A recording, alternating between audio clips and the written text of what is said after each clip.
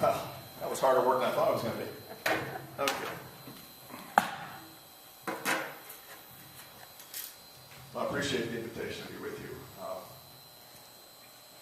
Back in the late 1960s, I worked for an organization called Clergy and Laymen Concerned About Vietnam. And through that, made some very good connections and colleagues in the Church of the Brethren and the Mennonite Central Committee, all of us working towards some of the same goals. So it's nice to be able to reaffirm those connections this morning with you as we talk about another need that faces a great many parts of the world. Let's start with the very early part of the biblical story, where Abram hears God calling to him. Very early in the book of Genesis. And the Lord says to Abram, "Go from your country and your kindred and your father's house to a land that I will show you. I will make of you a great nation, and I will bless you and make your name great so that you will be a blessing." Right from the beginning of the biblical story, there is God's promise of a home. Abraham took up that promise and journeyed to that new land.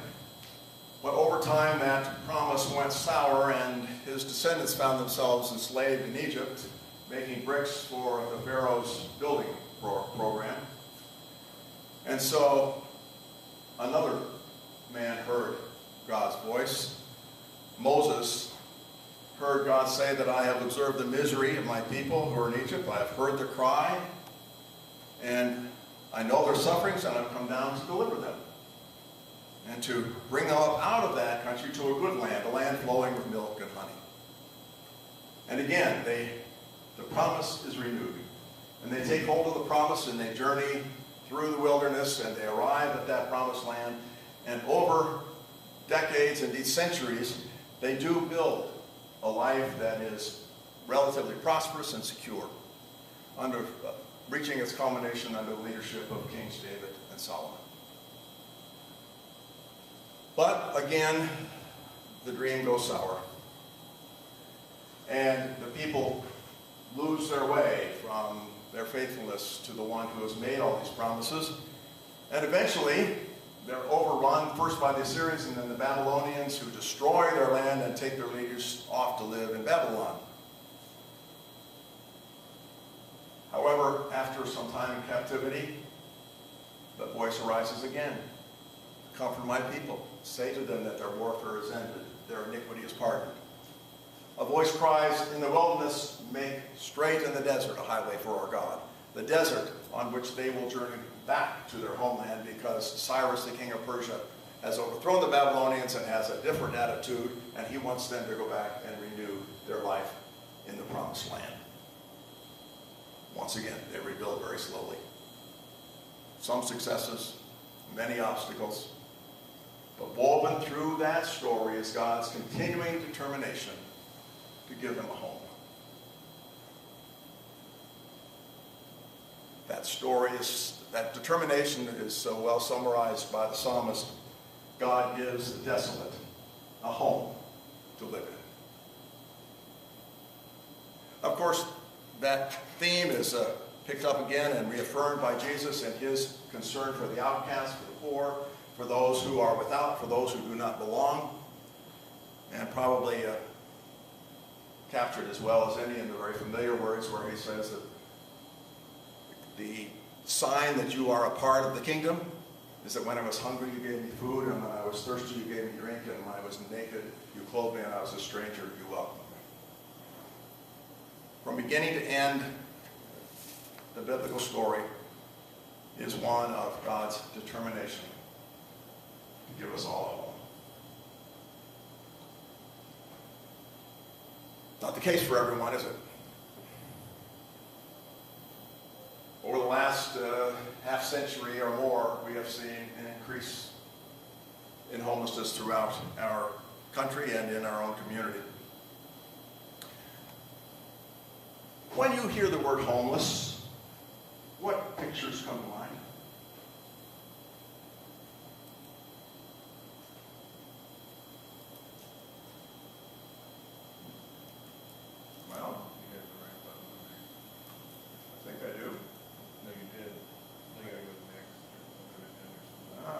supposed to do that all by itself. Oh dear. Yeah, but it should. Ah, it is advancing by itself. Okay. All right. So it may be a picture like that gentleman. It may be a picture like this couple that we see along the side of the road. Maybe someone asking for help. Some of the pictures that some of us have are what we think of when we hear homelessness or homeless people. But let me just show you some representative pictures of other people in our own community who are experiencing homelessness. Someone like this. Maybe working as a temporary custodian or cleaning the Coliseum at the after an event. I know some folks who have gotten on while they're still homeless, working for Teletech, answering phone calls. Construction is one of the places where many of the men can get a job because you can get it on as day work, day by day. Do anyone remember the hot dog cart that used to be outside of Wesley Methodist Church on North High Street? It was there for years, and for quite a while it was operated by a man experiencing homelessness who used that income to gradually build himself back up to the point where he could move into his own apartment. Some of the women go to work for our hotels and motels in the housekeeping service.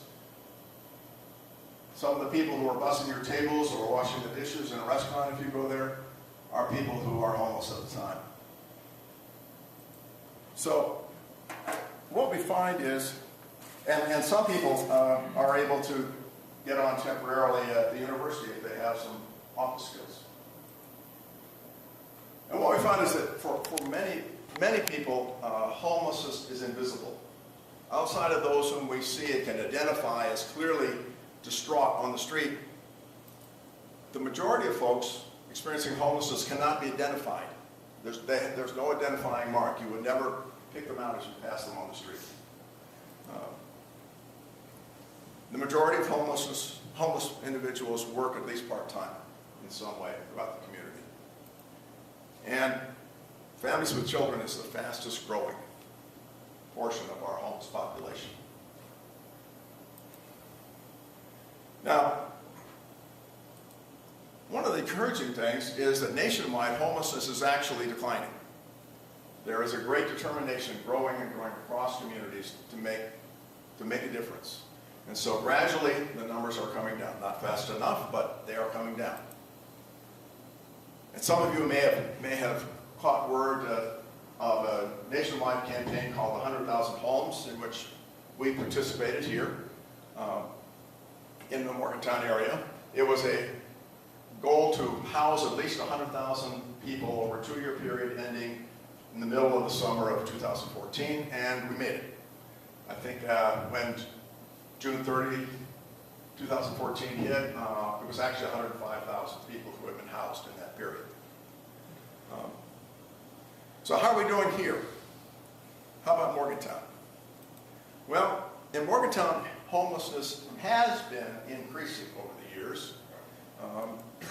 As one indication of that, people served at Bartlett House between 2012 and 2013, the numbers increased by 39% in 1 year, and the number of children doubled.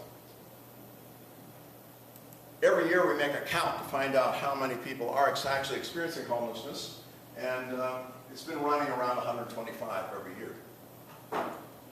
So while there are outstanding services available in this community, we didn't seem to really be making progress in reducing the total number of people experiencing homelessness. And so a group of us got together and we asked the city and the county to put together a task force to come up with a plan by which we would actually reduce homelessness in our area.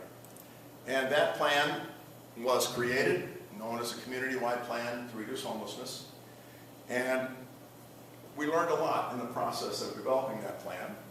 One helpful piece of information that I think is that there are 2 kinds of homelessness, and they were represented perhaps in part by the pictures you saw. There's situational homelessness, which is created by a change in circumstances. It could be a bankruptcy, it could be a divorce, it could be a serious illness, it could be an auto accident. Lots of different things, obviously loss of employment.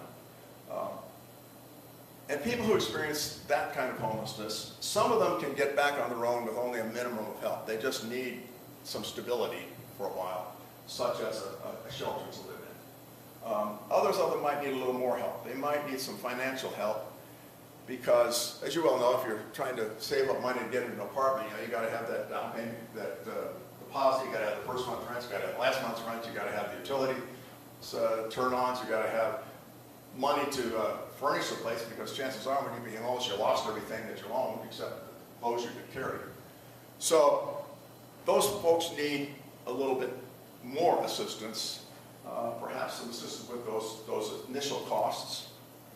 And then there's the chronic homelessness. These are the folks that we may see in our mind's eye when we think about homeless people who are on the street, that you see repeatedly day after day, obviously struggling. And these are folks on the whole for whom it is difficult to recover their independence because they're dealing with either mental illness or addiction or both. So we have made an attempt to try to deal with both kinds of homelessness. And because we had a community-wide plan, we were able to secure a grant of $100,000 to begin those initial expenses of getting people back into housing. And how did we do? Well, in the first year, July 1, 13 to June 30, 14, we housed 206 people, which was an increase over the previous year of 42%. Even more rewarding is the fact that among them were 39 people who had been chronically homeless. Only 5 of them had been able to find housing the previous year. It jumped from 5 to 39, a rather remarkable increase. And those numbers tell us that we can do this. You know, what happens when you really work together and you have a focused plan and you got all of the community, the agencies, the government, business people, everybody, the faith communities cooperating to make a difference, we can do it. There's never been a better time in our community to reduce and eventually end homelessness. Everyone is working together in ways that we have never experienced before. It won't be long before you will, whoops, how did I do that? Oh, that's right. It won't be long before you start hearing about a new program to end homelessness and to find everyone a home. It's called Zero 2016. What does that mean? Well, it means that two things. It's a commitment to end veteran homelessness by the end of 2015. We can do that here. Despite the fact that in West Virginia, the percentage of veterans is the highest in the state, in the country, in this part of West Virginia, we are doing very well in housing our veterans, in part because of an outstanding program operating out of the VA at Clarksburg, and in part, quite simply, because most veterans know that this is the most expensive part of the state to live in, and they look elsewhere. Our last count, we only had 7 folks, 7 who identified themselves as veterans who were still homeless. That we can do by working together. And then the other goal is to end chronic homelessness by the end of 2016. Well, you can see the success we had this past year, going from 5 to 39. That's a very doable thing if we keep working together. One of the biggest needs for folks who are chronically homeless is not just an apartment, but it's the supportive services that go with it. And we have 2 programs that are being created now, actually 3, where not only will housing be provided, but it will be in a facility that has built-in services with it. It's called permanent supportive housing. And Bartlett House has already built some out on West Run, and we'll be expanding that, and 2 other programs are in the works. So by the end of 16, I don't think any reason why we can't do that. Now when we say end it, what we mean is not that no one will ever again be homeless, but that the number of people becoming homeless are of a number that we can handle. We can turn it over fairly quickly at that point because we don't have this huge backlog of other people. So, last question, I guess, is, what can I do? Where can you help? Well, please continue to pray for all people who are without a place to live. It is one of the most debilitating experiences there is in life. If you don't know where you're going to be the next day, hardly anything else is possible. And you just can't make any progress. It's very difficult. So keep these folks in your prayers. Perhaps some of you might be interested. We're going to start a mentoring program. That is where a couple of people together, maybe from a congregation, would take on a homeless individual or family who has just been moved into their apartment and just be a companion for maybe, say, the first year while they get used to taking care of things again. Most of us don't know what we know about what it takes to just live in an apartment, how to keep a budget, and how to pay the bills, and how to deal with crises when they come up. So that's one thing we're going to be starting, is a mentoring program where we're inviting our faith communities to be a part of that. We will have a cold weather shelter again for extreme weather for folks who need to get out, and we can always use volunteers, and you'll be hearing more about that. Financially, all of our agencies, of course, can use your help, as can the Coordinating Council, which is the group that is trying to make all of this work together more smoothly. One use of your money that I would caution you about, and that is giving money to people who ask for it on the street. It's a hard thing to say in a Christian church where Jesus urges us to always be caring for the poor. But remember, Jesus lived in a time when there were no social services. It was the only way people could survive. We have an enormous network of social services in this community, one of the best there is, best I've ever experienced. There's food every day. There's clothing. There's free health care. People don't need money to survive. And so what happens is if people ask you for money, I'm afraid where it's most likely to go is to purchase food or drugs, for alcohol or drugs, even though they say they're hungry. I've often found if I offer to say, okay, let me take you to get a sandwich. Well, not right now.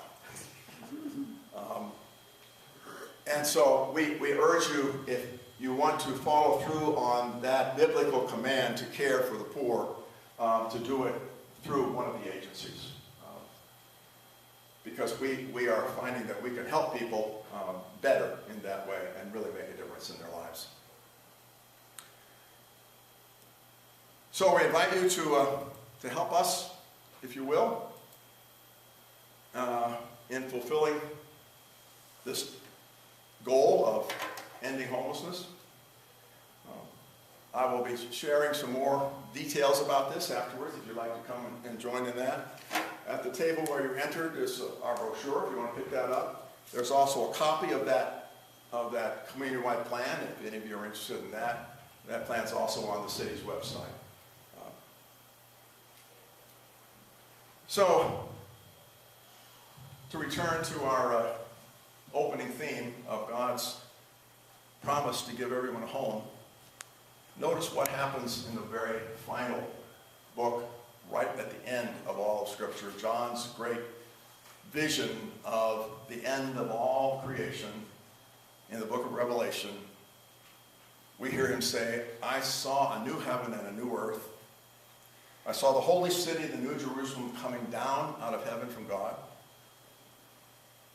And I heard a voice saying, see, the home of God is among mortals. God will dwell with them as their God. They will be God's people. God himself will be with them.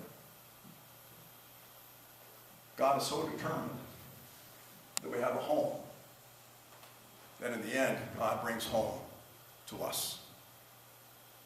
Notice the end, the vision to where it's all going is not us climbing up to God. It's God coming to us to dwell with us. God is so determined that we have a home that God brings home to us. Everyone needs a home. Everyone deserves a home. But in the end, it is a matter of more than need and more than deserving. It is God's dream for every one of us. maybe so.